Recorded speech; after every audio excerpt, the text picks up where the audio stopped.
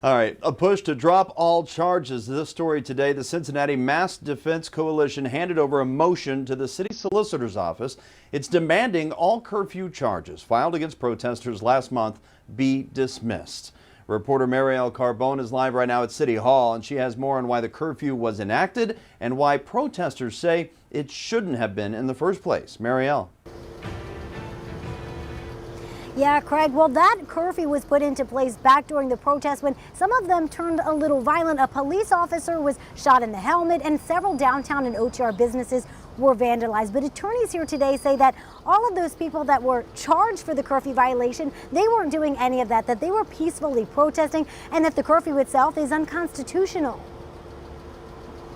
Handcuffs on them and getting them on. More than 500 people arrested. Most of us were arrested either right at the start of curfew or at 9:30. For violating a mandatory curfew. It was put into place after protests over the death of George Floyd led to broken windows and damaged businesses downtown.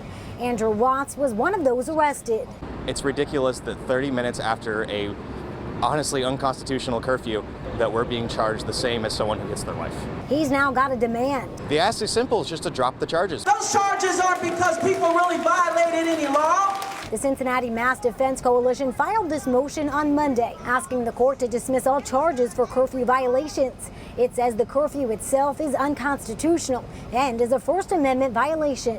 It's clear that their conduct was meant to silence people who were standing up for the movement for Black liberation. It also claims the mayor didn't have the authority to implement the curfew on his own.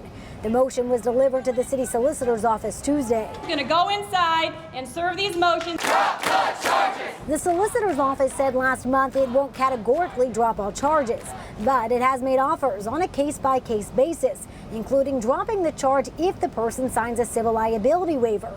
Protesters and their attorneys say that's not enough. You're putting a price on somebody exercising the constitutional fundamental right of free speech. The people that are doing this aren't people that are smashing windows. They aren't the people that are looting these small businesses. We're people that are protesting George Floyd's death.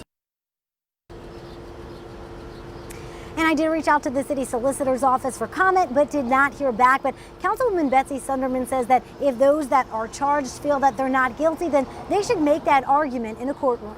Reporting live from City Hall, Marielle Carbone, WCPO 9 News.